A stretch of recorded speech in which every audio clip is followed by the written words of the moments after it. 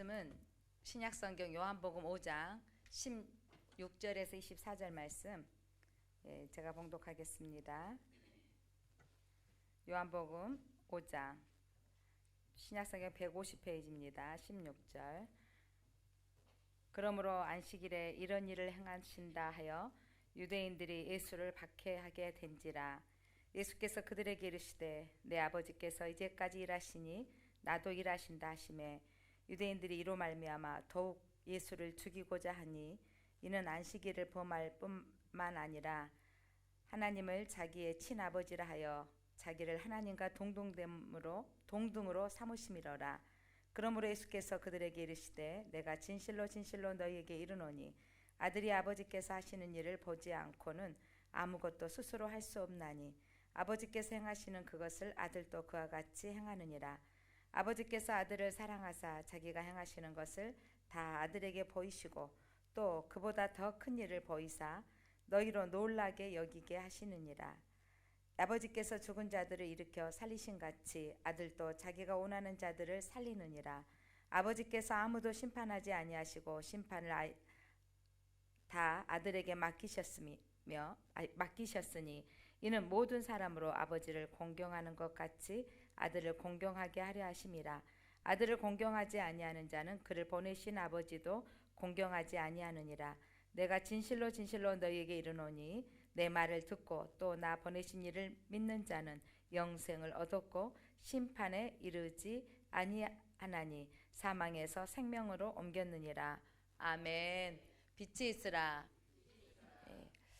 요한복음에는 7가지 예수님의 표적이 있고요. 표적 사건 다음에는 예수님과 7가지 그 질문과 답변한 내용이 나오는데 오늘은 세 번째 대화로 예수님의 권위에 대해서 예수님께서 말씀하십니다. 사건이 어떤 사건이 있었냐면 38년 동안 움직일 수 없는 병자가 있었습니다. 그래서 그가 그 베데스다 연못에서 낫기를 원하고 기다렸는데 예수님이 그를 찾아갔죠. 그래서 너는 여기서 낫기를 원하느냐 했더니 아무도 나를 데려가지 않습니다. 물이 움직일 때, 베데스다 연못이 움직일 때 사람이 그 연못에 들어가면 낫는다는 그들 안에 그 전설이 있어서 사람들이 물이 움직일 때마다 거기를 뛰어가고 하는데 이 사람은 움직일 수 없는 안진뱅이처럼 앉아 있는 사람이었습니다. 그때 예수님께서 일어나 내 자리를 들고 걸어라 하셨을 때 이 안진뱅이가 일어나 걷게 되었습니다. 얼마나 기쁘고 놀라운 일이에요. 근데 이날이 안식일이었습니다. 안식일에 이런 일을 병을 고치면 사람들이 기뻐하고 좋아해야 되는데 유대인들은 안식일에 사람이 평생 38년 동안 움직일 수 없는 사람이 일어나는 일이 기뻐해야 되는데 안식일에 사람을 고쳤다고 예수님에 대해서 율법을 어긴 사람이다 라고 하는 겁니다. 유대인의 반응은 안식일에 사람을 고쳤다 해서 박해가 일어났고요. 그 다음에 너가 어떻게 안식일에 이런 일을 하느냐라고 했더니 예수님께서 어떤 말씀하시냐면 아버지께서 지금까지 일하셨으니 창세 이후로 지금까지 아버지 하나님은 사람을 살리는 일을 하였으니 나도 일한다 라고 했어. 내 아버지께서 일하시니 나도 일한다고 했더니 하나님과 동등됨으로 하나님을 자기 아버지라고 말하고 그리고 아버지가 일하니 나도 일한다라고 동등되게 한다라고 해서 예수님을 신성모독죄, 예수님이 십자가에 못 박히셨던 사건의 제명이 뭐였냐면 신성모독죄요. 하나님의 아들 또 유대인의 왕으로 그를 죽이려고 했습니다. 유대인들은 여러분 생명이 살아나는 것을 기뻐하는 것보다 38년 동안 누워있는 환자가 일어나는 것보다 안식일에 아무것도 하지 않은 것이 더 원칙인 거죠. 그러니까 안식일의 진짜 본질을 잊어버리는 거예요. 그러니까 예수님께서 그들이 예수님을 죽이려고 하고 그리고 예수님 소식을 들었죠. 이들이 너가 어떻게 율법을 어길 수 있느냐 그리고 너가 어떻게 하나님을 친아버지라 하고 네가 하나님 하는 일을 나도 한다라고 동등되게 할 수 있느냐라고 했을 때 오늘 예수님께서 답변하신 내용입니다. 자, 예수님께서는 안식일에 유대인들의 생각을 고치기를 원하셨습니다. 자, 안식일의 본 뜻은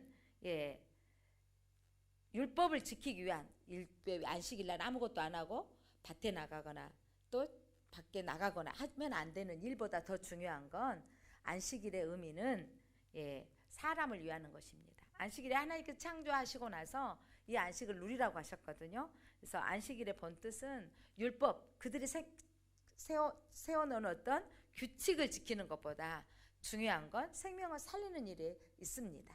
그래서 이 안식일에 가난한 사람, 병든 자, 절망하는 자를 위로하고 회복하기를 하나님은 원하시는 거죠.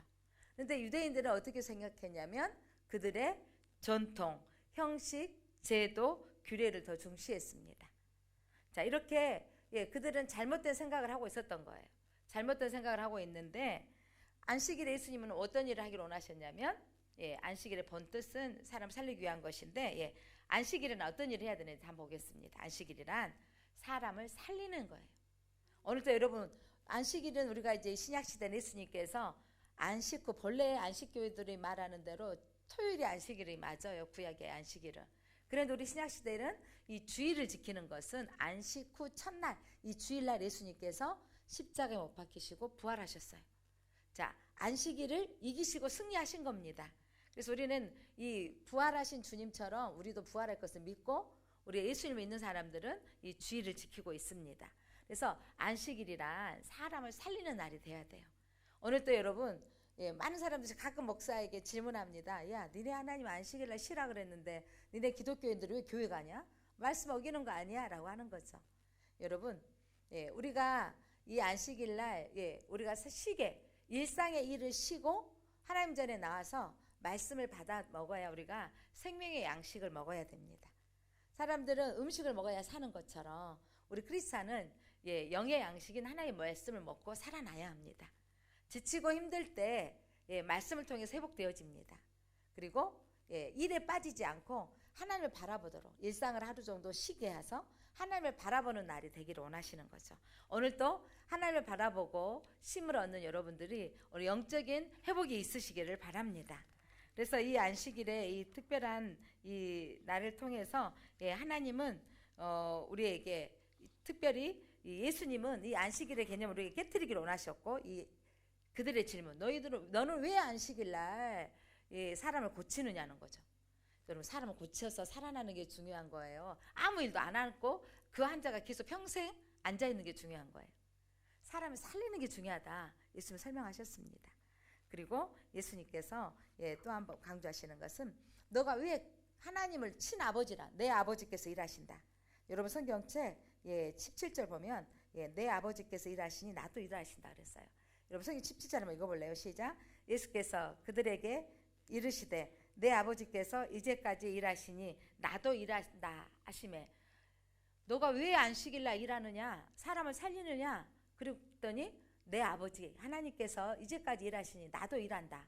그래서 예수님은 아버지께서 하는 일을 아들도 한다라는 거예요. 아버지께서 하신 일을 그대로 하는 권능을 아들에게도 주셨다는 거죠. 그래서 앉은 뱅이를 일으키시고 무리를 걸으시고 물을 포도주로 만드시고 38년 된 병자를 일으켜 세우시고 죽은 자를 살리신 일을 하는 건 아버지 하나님의 일을 하는 그 일을 아들에게도 그 권능을 주셨다는 거죠. 아버지의 권능을 내게 주셨으니. 그러니까 사람들이 깜짝 놀라는 거예요. 세상에. 자기들은 하나님을 감히 부르도 못해요. 하나님을 이름을 부르지도 못해요. 두려워서. 그런데 하나님 누구라고 하니까 아버지라고 부르고 아버지가 하는 일을 아들도 행한다 라고 하면서 하나님과 예수님을 동일성을 말하니까 이들이 더 죽이려고 하고 예수님을 더 핍박하고 박해하려고 합니다. 자, 오늘 이들을 향해서 예수님께서 하시는 말씀, 아버지께서 주시는 권능이 무엇인지. 자, 그러면서 아버지가 하신 일들을 나도 한다. 그러면서 19절 한번 여러분 성경책 읽어보시기 바랍니다. 성경책 시작. 그러므로 예수께서 그들에게 이르시되 내가 진실로 진실로 너희에게 이르노니 아들이 아버지께서 하시는 일을 보지 않고는 아무것도 스스로 할 수 없나니 아버지께서 행하시는 그것을 아들도 그와 같이 행하느니라. 아버지께서 행하셨던 일들을 다 예수님께서는 알고 계셨고 보았고 그래서 아버지께서 하는 일을 모든 일을 나도 한다. 하나님이 곧 예수님이십니다. 예수님이 곧 성령님이십니다. 예수님께서는 이 땅에 오셔서 내가 하나님의 아들이라는 것을 밝히 드러나고 내고 계십니다. 동일하게. 근데 이 말을 하니까 사람들이 예수님을 죽이려고 그러고 이 말을 하려니까 예수님을 더 박해합니다. 그런데 여러분, 박해하고 나를 죽이려고 하면 이 말을 하지 않는 게 아니라 예수님이 오신 목적이 뭐냐면 내가 하나님의 아들이고 하나님의 아들로서 너희들에게 이 권능을 행한다라고 말씀하시는 겁니다. 그러면서 예수님은 나를 하나님의 아들인 나에게 무슨 권한을 주셨냐면 하나님께서 그에게 살리시는 권한을 주셨어요. 자, 여러분 성경 책 21절 한번 읽어보세요. 21절. 자, 시작. 예수님께서 아버지께서 죽은 자들을 일으켜 살리신 같이 아들도 자기가 원하는 자들을 살리느니라. 자, 아버지께서 죽은 자를 일으켜 살리셨어요. 구약에 하나님께서 죽은 자를 엘리사를 통해서 엘리야를 통해서 살리셨죠. 그런 것처럼 아들인 예수님에게도 죽은 자를 살리는 권세를 주신 거죠. 그렇게 살리는 권세를 주셨기 때문에 예수님을 믿으면 살아나는 역사가 일어납니다.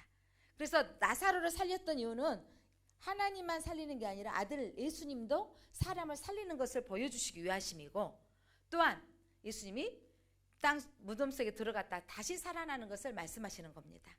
여러분, 예수를 믿으면 우리도 살아납니다. 자, 그래서 예수님께서 우리에게 잘 알고 있는 24절 말씀, 예수를 믿으면 영생을 얻는다고 말씀하십니다. 자, 24절 한번 읽겠습니다. 시작.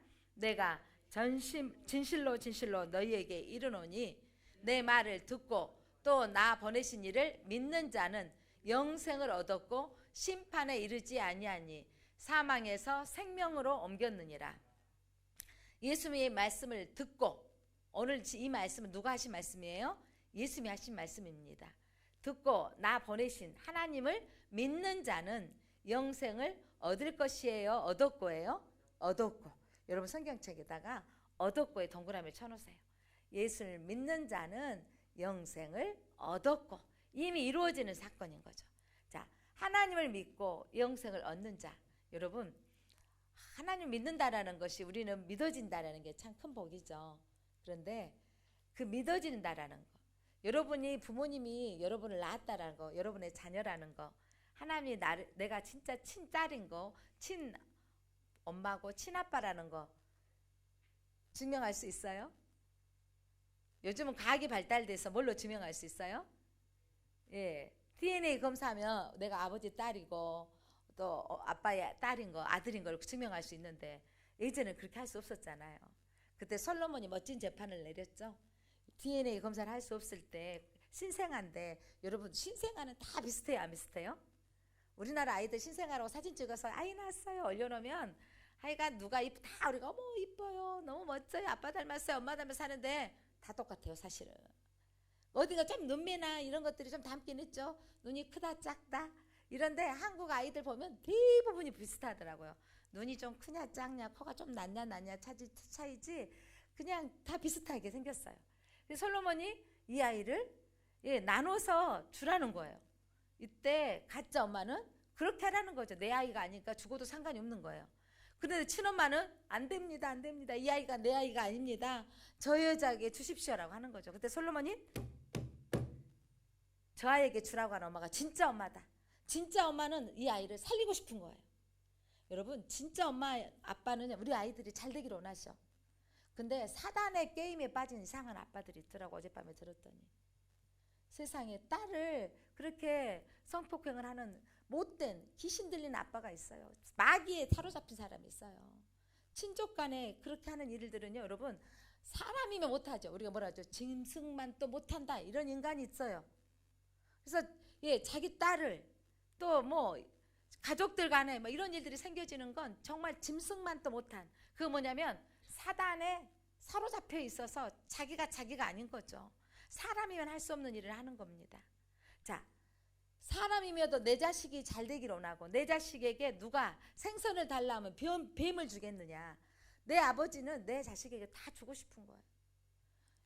여러분, 우리 부모님들은요, 내가 있는 것 내 자식들한테 주는데 아깝지가 않더라고. 내 아들이 내 딸이 무슨 일이 당했다고 하면 뭐 전 재산을 팔아서라도 해결해 주고 싶은 게 부모의 마음인 거죠.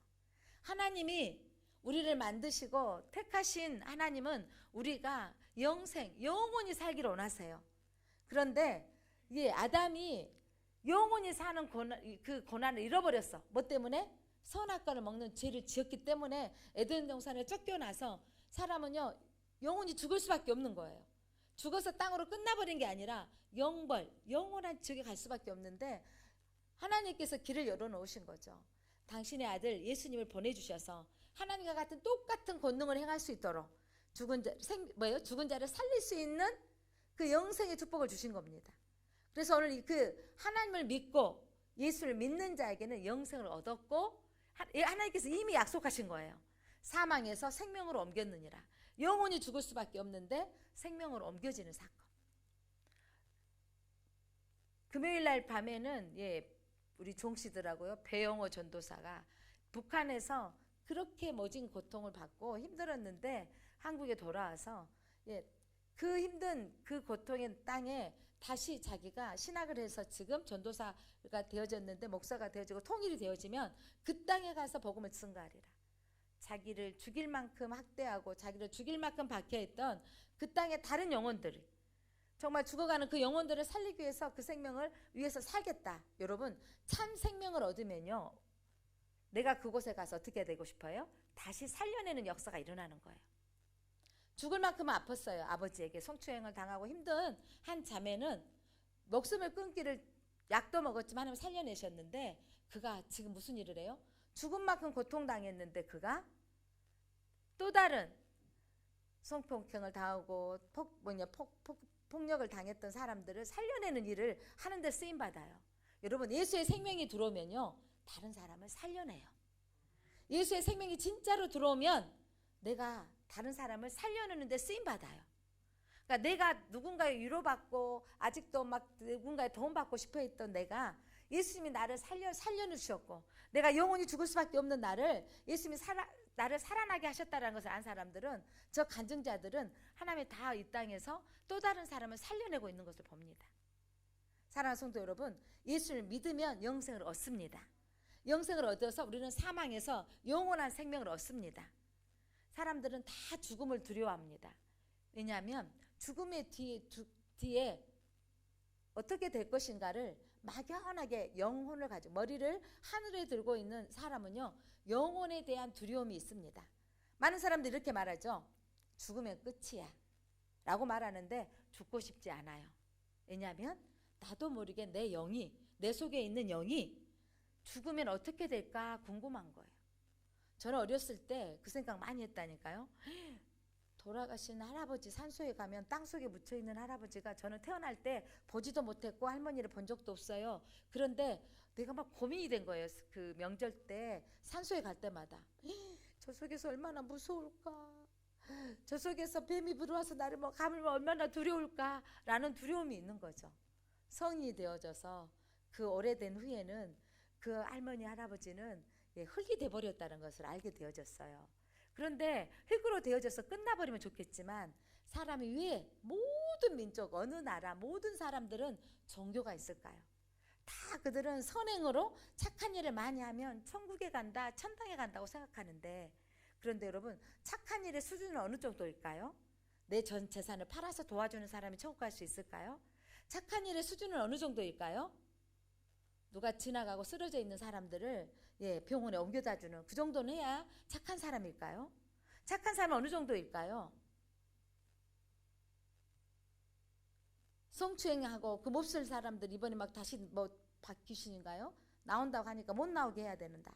이렇게 하는데 그 사람을 용서해 줘야 된다 라고 하는 게 착한 일일까요? 여러분 착한 일의 척도는 어느 것일 것 같으세요?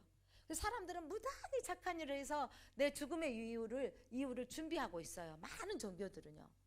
그래서 심지어 이슬람권에 그때 무역해간 빌딩을 그 폭파했던 10대의 청소년들은 뭔지 아세요?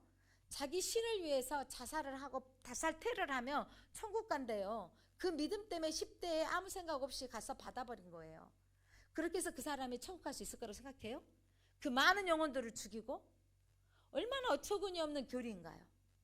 그런데 여러분 기독교의 교리는 복음은요 여러분 우리가 아무리 착한 일을 해도 갈 수 없다라는 것을 너무도 우리는 자명한 사실이에요.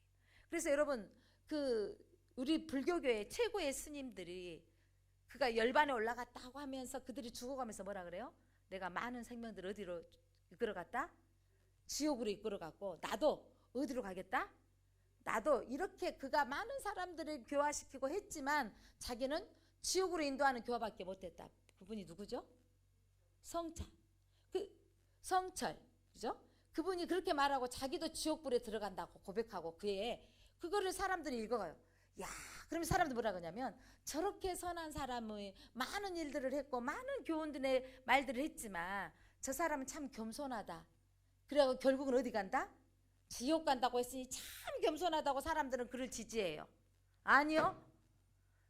자기가 많은 사람들을 지옥으로 인도했고 자기도 지옥 갈 수밖에 없는 사람들을 지지하는 어리석은 사람들을 따르지 마시기 바랍니다.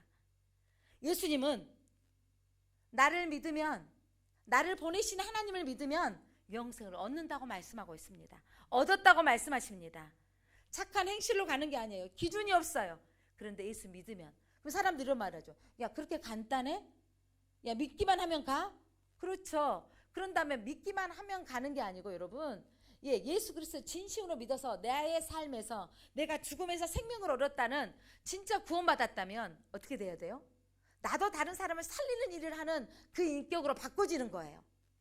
그런데 단순히 예수 믿습니다 말 한마디 해놓고 삶은 변화되지 않는다면, 그래서 우리 가끔은 너무너무 수치스러운 게 예수 믿는 사람들이 다른 사람을 더 못되게 하는 사람들 보면, 또 목사라고 하는 사람이 뭐 이상하게 하는 일들을 하는 방송에 나온 거 보면, 저게 여러분, 목사는요 신학교 나와서 고시 합격하면 될 수 있습니다.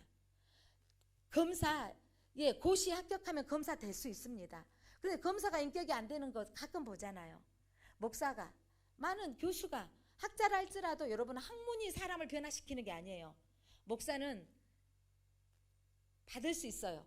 그렇지만 심령이 하나님의 사람으로 바꿔져야 돼요. 참 생명이 내게 들어와야 돼요. 참 생명이 들어오지 않으면 성철처럼 다른 사람들을 죽음으로 이끌어가는 어리석은 자가 되는 거예요. 여러분들이 정말 이 땅의 목회자들 또한 저를 위해서 기도해 줄 것은 끝까지 하나님의 이 진리 안에서 생명을 살리는 일에 목숨을 바치게 하옵소서. 그렇게 쓰임받도록 기도해 주시길 바랍니다. 저도 여러분 깨어있지 않으면 순간에 욕심이 생겨질 수 있습니다. 저희 형님이 이렇게 말하더라고요. 야, 나의 동서, 그렇게 교회를 지었으면 교회 빚 다 갚으면 자네 건물인가? 사람들은요 교회가 목사일 거라고 생각해요. 여러분, 이 교회는요 제 혼자 팔 수도 없어요. 교회 대표들이 도장 찍지 않으면 하나도 일할 수 없는 게 교회 일이에요. 잘못 착각하고 있는 데이 많아요. 그래서 사람들은 그렇게 목사를 비난하지만 어떤 교회든지 다 법인으로 등록되어 있어서 혼자 팔고 거래할 수 있는 곳이 아닙니다. 가끔은 상가 교회들, 자기가 자기 돈으로 투자해서 하는 교회들 있죠. 그런데 자기 이름으로 되어 있는 데 할 수 있지만 교회가 건물로 세워져 있는 교회들은요, 한국의 어떤 교회도 혼자 목사 팔 수 없어요. 교회 대표들, 장로들과 함께 대표들이 도장 찍지 않으면 아무것도 할 수 없는 거예요. 그때 우리 형님이 그래요. 뭐 하려고 그렇게 고생한가 그래요. 뭐 하려고 새벽에 일어나서 그렇게 고생한가. 여러분, 그런데 저는 고생이라고 생각 들어지지 않는 거죠. 새벽에 여러분을 위해서 기도하고 새벽에 하나님 앞에 나와서 예배하는데 내 영이 살아나기 때문에 기쁘고, 한 생명이라도 주께로 돌아오면 저는 기쁩니다. 제가 그 일을 하기 때문입니다. 사랑하는 성도 여러분, 예수님의 참 생명이 늘어나면 여러분을 이용해서 돈 벌려고 하는 목사가 아니라 여러분의 가치관이, 여러분의 생각이 예수의 생각으로 바꿔지기를 원하는 겁니다. 사랑하는 성도 여러분, 많은 사람들, 육으로 해석한 사람들은 목사도 돈 번다고 말하는데, 물론 못된 사단에 사로잡혀 있는 왕왕 그런 분들이 한두 명 있지만 대부분의 목회자들은 그렇지 않습니다. 사랑하는 성도 여러분, 예수님을 믿으면 영생을 얻습니다. 예수님을 참 생명을 얻으면 정말 죽을 것 같은 저분들의 이야기를 여러분 집에서라도 한번 유튜브를 통해서 들으시기를 바랍니다. 정말 죽을 수밖에 없는 그런 환경에 놓여 있는데 예수의 생명이 들어가니까 악을 손으로 이겨버린 사람들의 이야기처럼, 여러분 예수의 진짜 생명이 내게 들어오면 나에게 엄청난 피해를 주고 나에게 엄청난 손해를 준 그 사람을 용서할 수 있는 생명이 들어가는 것입니다. 여러분, 예수님이 영생을 얻었다면 다른 사람들을 바라본 눈이 바꿔지는 거예요. 영생이 내 안에 생명이 들어오면 내가 값없이 은혜를 받았으니 다른 사람들 살려내는 일을 하는 거죠. 예수 믿으면서 무슨 요구도 먹고 그렇게 신앙생활을 해. 뭐 하려고 고생해. 그냥 대충 믿어. 이런 우리는 진짜 생명이 내 안에 들어왔기 때문에 대충 믿을 수가 없는 거예요. 내가 희생하면 다른 사람들이 행복해질 수 있기 때문에 충분히 그 일을 감당하기에 기쁨이 있는 겁니다. 사랑하는 성도 여러분, 예수를 믿으면 영생을 얻습니다. 참 생명이 들어오면 여러분 사망에서 생명으로 옮겨진 나는 내 가족이 지옥에 가는 것을 용납할 수 없어지는 거예요. 내 사랑하는 가족이 예수 안 믿는다면 용납할 수 없는 거예요. 세상에서 좋은 직장을 얻었다 할지라도 높은 지위에 올라갔다 할지라도 예수 없으면 여러분 이 땅에서 누릴지 모르겠지만 그 사람은 영원한 지옥인 거예요. 여러분 죽으면 끝나는 인생이라면 여러분 예수 믿지 마세요. 그러면 제가 죽으면 끝나는 인생이라면 제가 거지 목사일 겁니다. 근데 여러분 죽으면 알게 되고 죽으면 끝나는 인생이 아니라는 거죠. 그래서 여러분 죽음 이후의 삶은 인생은 얼마나 50년 제가 이제 50대 중반 55세 잠깐인 거예요. 앞으로 100세 시대에 또 인생의 반틈을 더 산다 할지라도 순간에 지나가는 거예요. 그런데 여러분 죽음의 영혼, 우리 엄마 영혼이 여러분 침상에 누워있을 때 생명이 있을 때는 엄마 부르지만 여러분 생명이 떠나고 혼이 떠나고 났더니 그 엄마를 땅에 묻어야 돼요. 그 엄마 아빠를 화장을 시켜야 돼요. 그런데 왜 불에 태우고 땅에 묻을 수 있어요? 영혼이 떠나면 육체는 아무것도 아니기 때문입니다. 엄마의 영이 있을 때 엄마였어요. 아빠의 영이 있을 때 아빠였던 거예요. 여러분 그 영이 떠나서 우리 말이 너무 좋아요. 뭐라 그러죠? 돌아가셨다. 영혼이 떠났다 그래요. 영혼이 떠났는데 돌아가셔야 돼요. 어디로? 돌아가셔야 되는데 여러분 어디로 돌아갈 것인가? 천국으로 돌아갈 것인가? 지옥으로 돌아갈 것인가? 그런데 오늘 예수님은 예수를 믿으면 영생을 얻는 거예요. 신기하게 그렇게 안 믿어졌대요. 이어른 교수님이. 하나님을 비난했어요. 예수 믿는 사람을 비난했어요. 딸의 하나님이라고 말했어요. 딸의 하나님을 만나고 그의 인생이 바뀌어졌어요. 지성에서 영성으로. 그러면서 여러분 이 지식이 깨트려지고 갑자기 하나님의 순식간에 믿어지는 거예요. 천지를 창조하셨다는 창조론이 믿어지는 거죠. 이전에는요 진화론만 믿어졌는데 예수님이 믿어지는 순간 천지 창조가 믿어지고 기독교는 하나님의 아들이 예수님인 것이 믿어진다면 여러분 하나님의 자녀입니다. 그런데 그게 내가 의지적으로 된 게 어느 순간에 하나님 아버지라고 불러지는 거예요. 이렇게 불러진다면 여러분 하나님의 자녀입니다. 자, 하나님의 아들이 예수님이라는 증거를 오늘 예수님이 하고 계시는 거예요. 기독교의 핵심은 하나님의 아들이 예수님이십니다. 자, 한번 선언하겠습니다. 하나님의 아들은 예수님이십니다.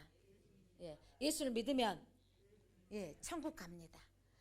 하나님의 아들이 예수님이라는 것을 증거하는 것을 예수님이 설명하시는 거예요. 오늘 유대인들에게 설명하는 건데 하나님의 아들이 예수님이라는 것을 누가 증언하냐면 성령님이 증언하는다는 거죠.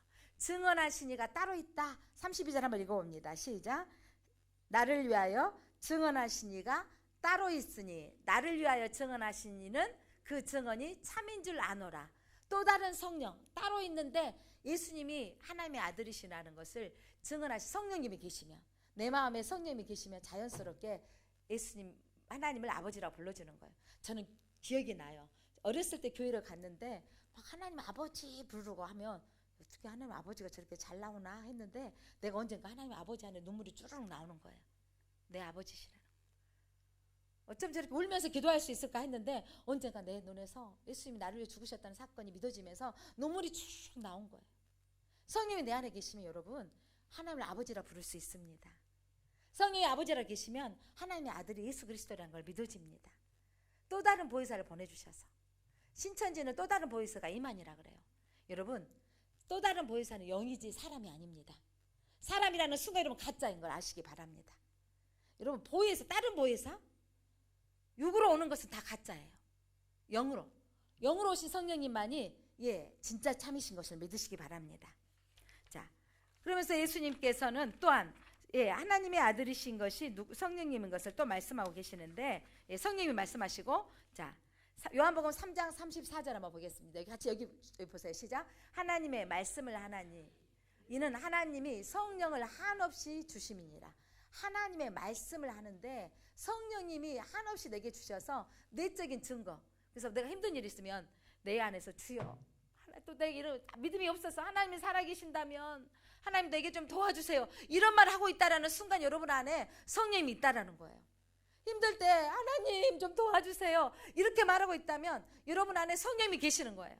어느 교회를 가야 되겠다 이런 마음이 있는 사람은 성령이 계시는 거예요.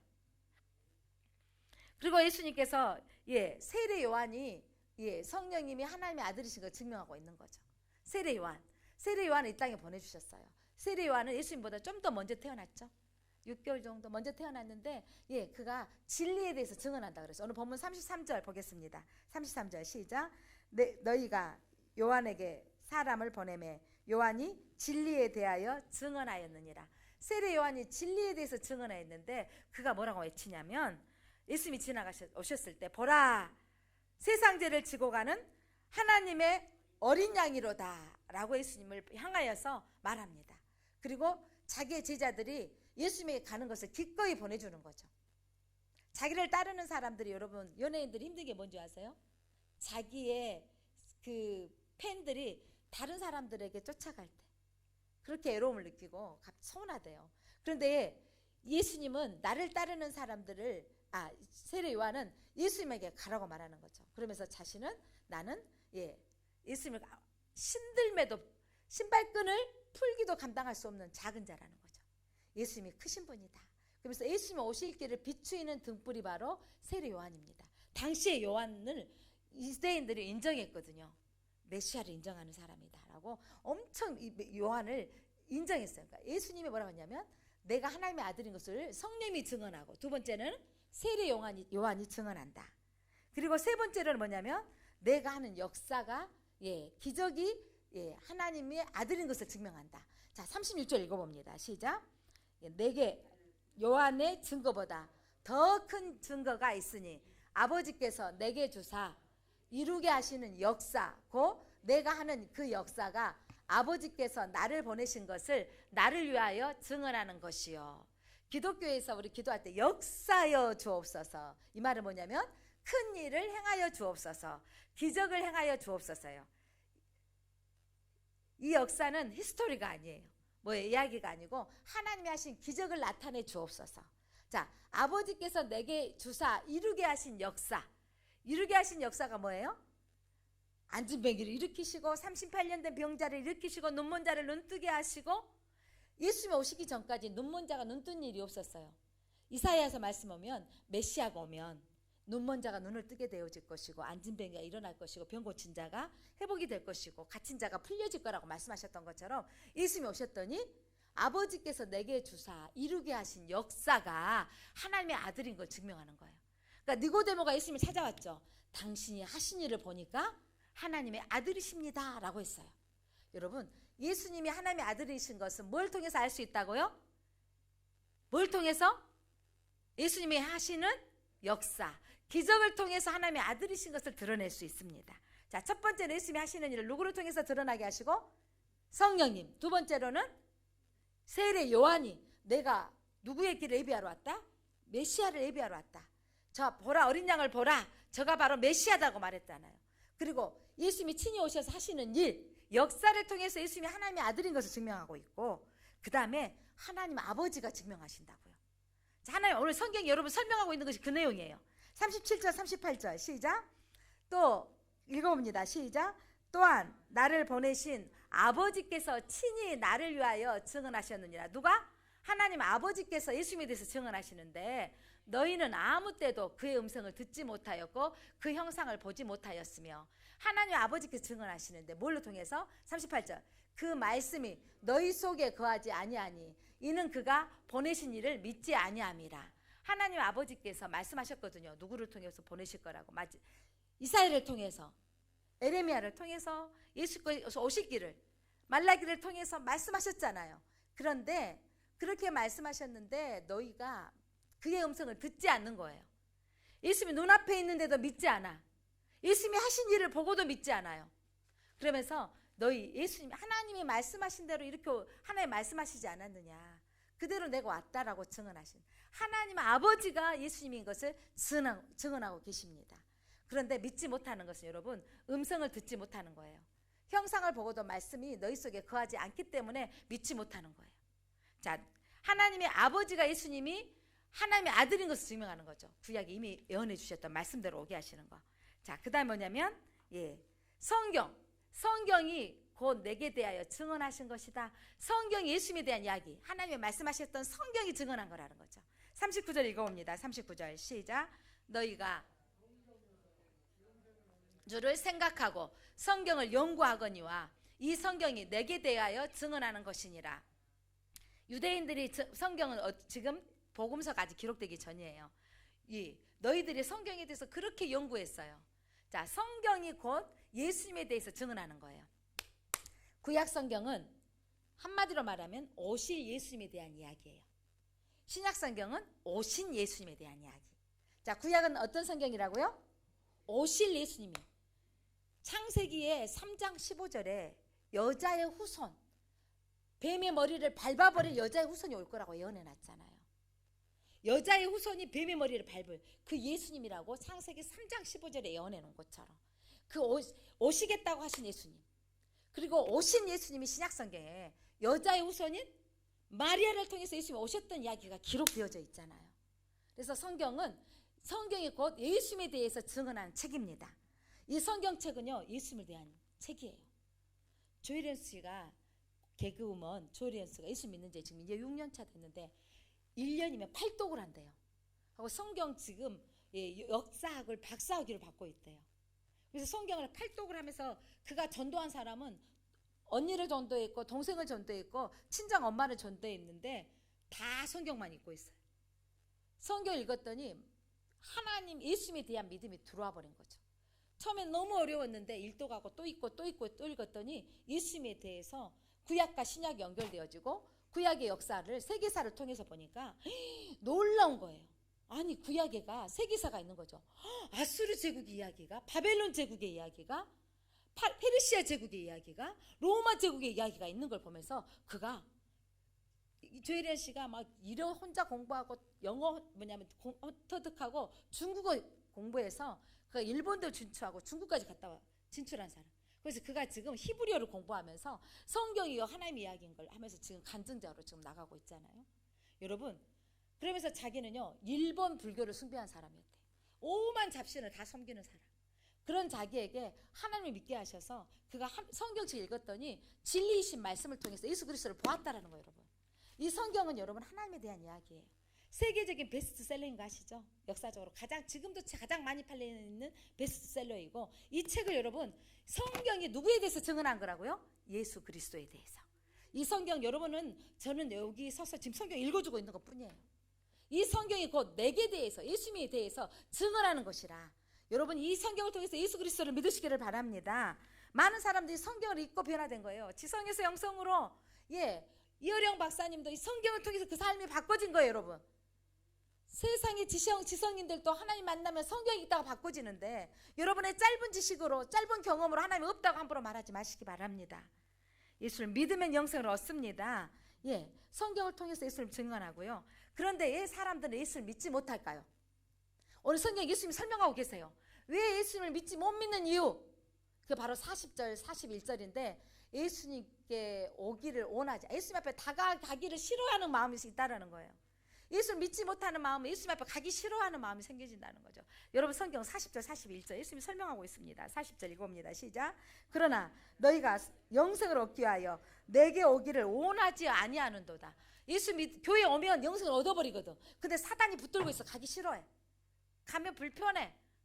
그리고 아무것도 모를 것 같아. 근데요, 1년, 2년, 3년 되어지면 이 말씀이 들려지고요, 말씀이 알아지는 거예요. 그래서 영생을 얻기 위하여 내게 오기를 원하지 아니하는도다. 왜 원하지 않느냐면, 나는 사람에게서 영광을 취하지 아니하노라.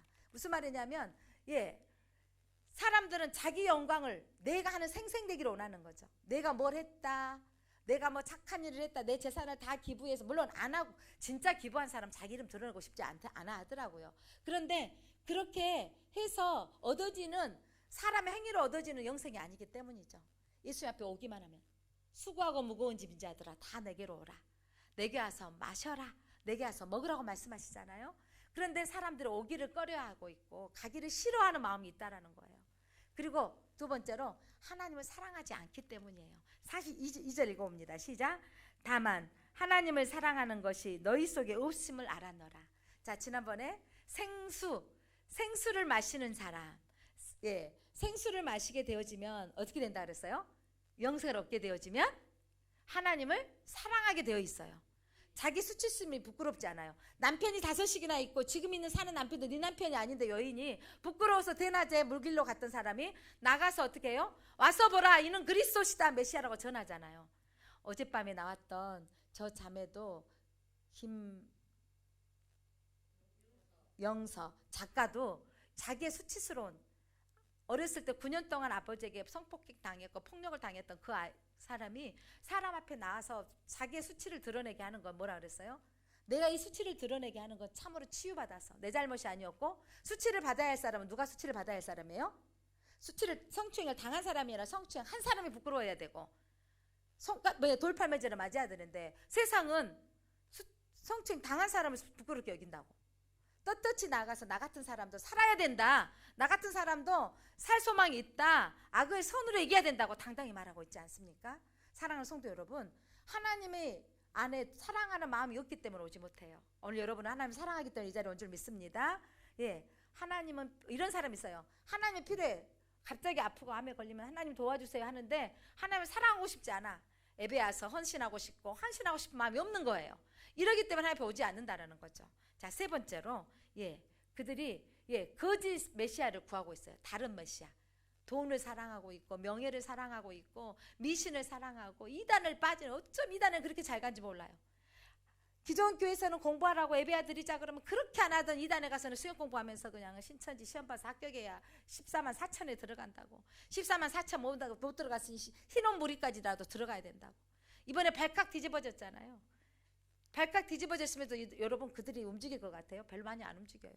그러면서 여러분 이만희 신천지 안에도 또 갈라지고 있어요. 지금 이만희가 죽으면 이만희의 영을 받은 사람이 지금 이 베드로 그 강주에 있는 제일 큰 강주가 이 뭐예요? 지파가 베드로 지파인데 그가 또 제2의 이만희가 될 수 있어요. 근데 여러분 그렇게 가짜에 빠지는 거, 허탄한 것에 빠지는 거예요. 그래서 거짓 메시아를 추구하고 있는 거. 이게 43절 한번 읽어봅니다. 시작. 43절 시작. 나는 내 아버지의 이름으로 왔음에 너희가 영접하지 아니하나 만일 다른 사람이 자기 이름으로 오면 영접하느니라. 돈을 믿어야 돼. 그럼 요건 영접 잘하잖아요. 돈이 인생의 목적이야. 뭐니 해도 머니가 필요해. 이러면서 돈 벌고 그 다음에 신이야 라고 생각하고 그쪽 다른 메시아를 찾고 있는다라는 거죠. 그렇기 때문에 하나님을 믿지 못하는 거예요. 다른 미신을 찾아가고 있고 다른 점쟁이를 쫓아가는 거예요. 점쟁이가 그렇게 점 잘 치면 자기 새끼들이나 좋은데 하락해야 되잖아요. 그런데 사람들은 점쟁이 집들이 그렇게 잘 사는 사람들 별로 없어요. 자, 또한 사람의 영광을 원하기 때문에 하나님을 싫어해요. 우리는 다 연예인들 대상 받고 믿는 사람들은 이 영광을 하나님께 올려드립니다. 하나님이 하셨습니다. 사람 이상하게 지가 해놓고 왜 하나님 앞에 영광 돌린대? 그런데 그 영광, 자기의 영광을 내가 받고 싶기 때문에 하나님을 믿지 않는 거예요. 44절 읽어봅니다. 시작. 너희가 서로 영광을 취하고 유일하신 하나님께로부터 오는 영광은 구하지 아니하니 어찌 나를 믿을 수 있느냐? 내가 열심히 해서 내 이름 드러나고 싶은 거죠. 내 이름을 드러나고 싶어. 내가 열심히 해서 내가 고시 합격했다. 내가 열심히 해서 이렇게 집도 샀다. 내 이름을 드러내고 싶은데 하나님이 하게 하셨어요. 하나님 만남의 축복을 주셨어요. 하나님이 기회를 주셨어요. 하나님이 이렇게 복을 주셨어요. 이렇게 말하기 싫어하는 거죠. 무슨 하나님이 주셨어? 내가 했지. 이러기 때문에 사람들이 하나님의 영광을 원하지 않기 때문에 하나님을 믿지 않는 거예요. 예수님을.